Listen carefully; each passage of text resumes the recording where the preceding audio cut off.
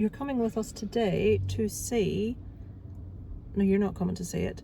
We're going to see Power Ballad. I know nothing about it other than Paul Rudd is a washed-up musician and one of the Jonas Brothers is in it. And that's as much as I know. It's got songs in it. Paul Rudd is singing in it. And that's my knowledge of it. Paul Rudd's usually... I've heard it's okay. I've heard it's a fucking musical. It's not a musical. Darren is never... He's never forgiven me for Sweeney Todd because he didn't know what was a musical. To be fair, I don't know if I knew. I can't remember. But he was not amused. He is not a fan of a musical. He did like Sweeney Todd, though, other than the fact that they were singing. So, yeah, we shall be back later and let you know what we thought of Power Ballad.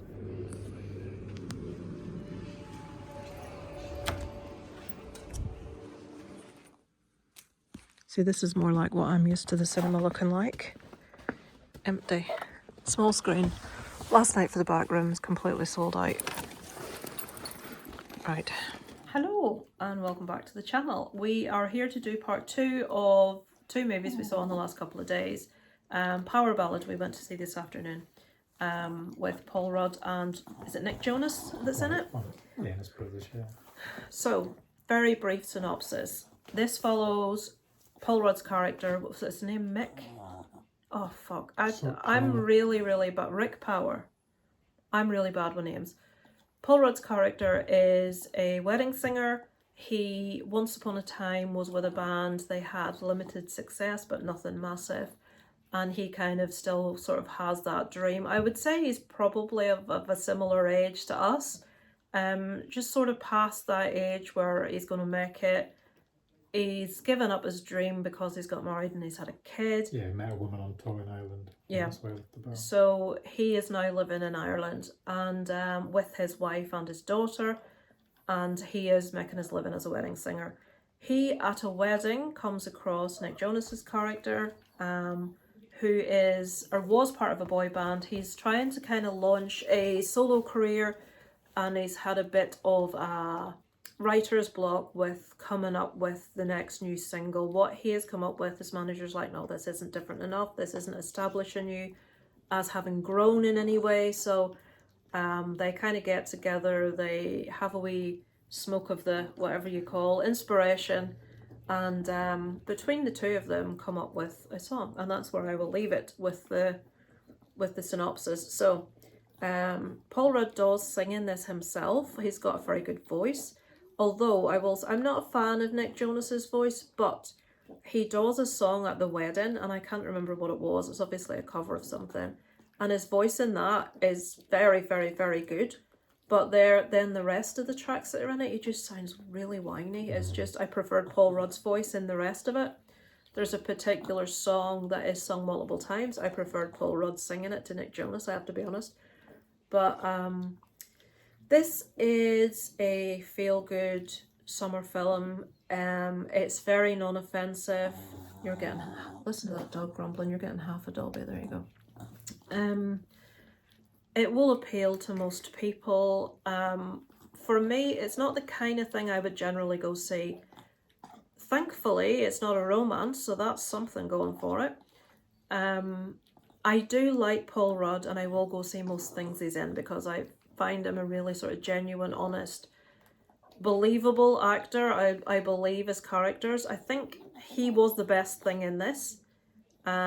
Something I also really liked, and obviously I'm going to be biased, is the representation of the Irish people in it, which I thought was spot on.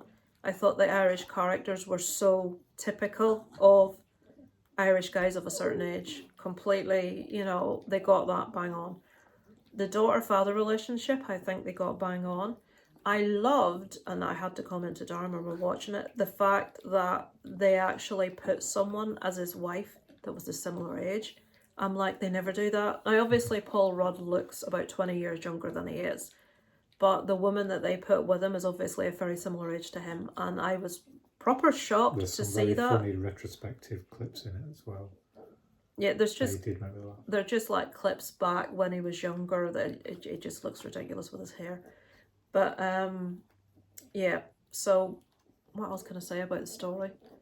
No, What? I won't say anything else without telling the whole story. No, I'm not going to say anything else. So I liked Paul Rudd in it. The music's awful. They do play a number of known tracks, which I enjoyed those. The song that's written, absolutely awful. Crappy. I'll tell you what, I think it's a pop at. It's a pop at Robbie Williams' Angels is what it is, I think, which was apparently written by an Irish guy. So, if take with that what you will. Danny Brown. Who's Danny Brown? Danny Brown is the name. Is it Danny Brown? Danny Wilson, thank you. Danny Brown's your man out of Fright Club. Danny Wilson sung a song, I think in the late 80s, early 90s, called Mary's Prayer, which I absolutely love, which we got a little segment of that in the movie, and then it comes up on the poster, Danny Wilson. I'm like, that's the name of your man that sung Mary's Prayer. Sorry about this. They say never work with animals, don't they? I would say that it will appeal to most people. It's perfectly non-offensive. It's a nice movie. The songs are maybe catchy. What is it now? But there was a little bit of AC/DC. There was a little bit of Danny Wilson. There was Thin Lizzy. There was the Eagles, Life in the Fast Lane. Well, it didn't get to the chorus, which really aggravates me when you get a little bit and then they cut off before it gets to the best bit. But the songs themselves that the people were writing were awful. I think they could have come up with a better song than that. But they kept on playing on it like it was spectacular. Yeah. It's like, no. I would say it's I would give it a 3 out of 5 would be my score. But maybe that's cruel. It's not a movie I would watch again. I do think that they got the Irish people really well. I thought Paul Rudd was really good in it. I just find Nick Jonas really irritating, to be fair, because he just comes across as egotistical. Maybe he isn't, but that's how he comes across to me. I liked them casting the older woman. I found the relationship with his daughter very believable. I thought she was really good. They didn't overplay the teenager stereotypes. There were some nice little touching moments, but most of the film was very predictable as to where it was going to go. I would say it's an easy watch. I think we guessed most of it. Yeah. Scene by scene, to be honest. It's a very easy watch. It's not something you're going to watch and feel like, oh, well, I've completely wasted an hour and a half there. That was terrible. But it's quite forgettable. I would say if you're a Paul Rudd fan, check it out. But maybe I'm being incredibly sexist here, but I would say it would be more one that would appeal to women. Or am I wrong in that?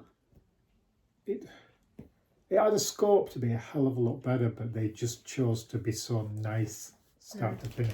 Yeah, it could have gone a bit grittier, and they still could have had it nice, but had some real rock and roll grit. The way Darren wanted it to end, I'm not even going to tell you, but I'm like, absolutely not. Oh, come on, that would have been good. Absolutely not. Yeah.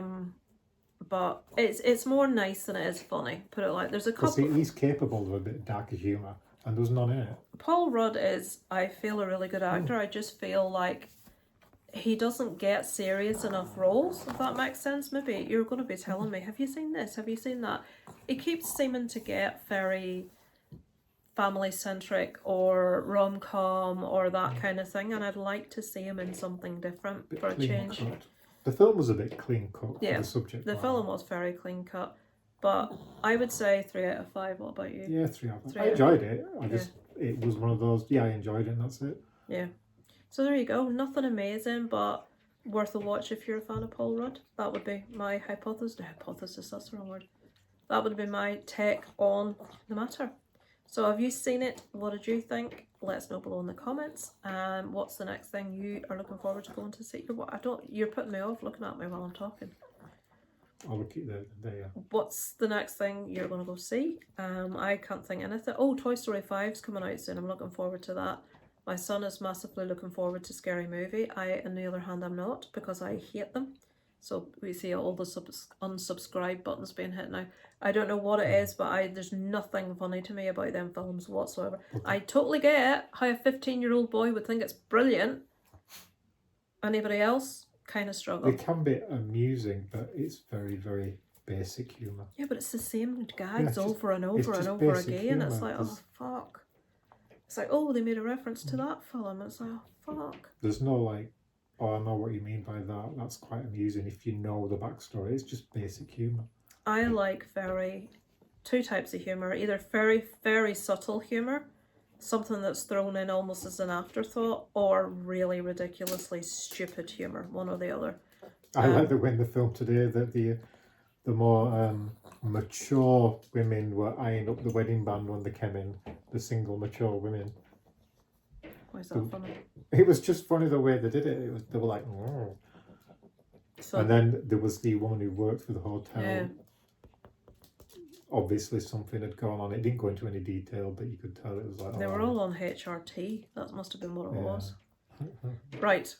So let's know your thoughts about you. Listen to all that clattering about. That's Molly trying to get up here because I've moved the dog stairs. Yes, you heard me. Dog stairs. There are stairs on each of our sofas so that the dogs can walk up onto the sofa, and I've moved it to make way for the ring light. You weren't happy about that, were you? Not at all. No. She's rather cross. Right. She's going to write to her MP. State of this dog. Look at her. Dobby Baba. She does a meerkat thing where she sits right up. So thank you for watching. I shall be back soon with something or other. I'll try and do a roundup of the last couple of weeks of May. Of Jesus Christ. Now this one sat on top of the other one. Thank you for watching. Over night from Lisa Lives.